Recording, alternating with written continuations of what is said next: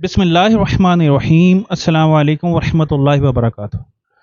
آج میں دستے غیب سے مدد لینے کا وظیفہ لے کے حاضر ہوا ہوں۔ دستے غیب سے مدد کیسے لی جائے؟ دستے غیب کا بہت ہی پیارا اور خاص عمل ہے۔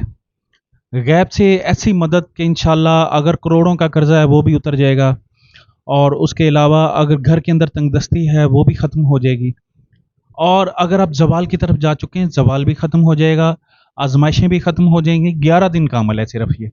آپ نے کرنا کیا ہے؟ اپنے خلوص نیت کے ساتھ پہلے 11 دن اپنی نماز قائم کرنی ہے۔ جتنے دن آپ نے یہ عمل کرنا ہے اتنے دن آپ نے اپنی نماز قائم رکھنی ہے، اور اس کے بعد آپ نے روزانہ کوشش کریں صدقہ دیں، چاہے 1 روپے کیوں نہ دیں، لازمی صدقہ دیں۔ صدقہ دینا بہت ضروری ہے۔ صدقہ رد بلا ہے، خدا کا کریم صلی اللہ علیہ وسلم آپ کا فرمان ہے۔ تو ہم نے غیب سے مدد لینی۔ غیب اللہ تعالیٰ کی مدد ہے، کیونکہ جب کہیں سے مدد نہیں ملتی، اگر آپ توکل کے ساتھ اور یقین کے ساتھ عمل کریں گے تو انشاءاللہ آپ کو غیب سے مدد ملے گی، اللہ تعالیٰ کی طرف سے مدد ہوگی۔ تو آپ نے تہجد کے وقت یہ عمل کرنا ہے۔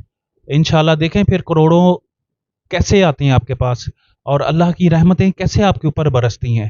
انشاءاللہ آپ نے کرنا کیا؟ تہجد کی رکعت ادا کرنے کے بعد آپ نے 41 مرتبہ درود ابراہیم پڑھنا ہے والآخر۔ یہ جیسے میں عمل بتا رہا ہوں ایسے ہی کیجیے گا۔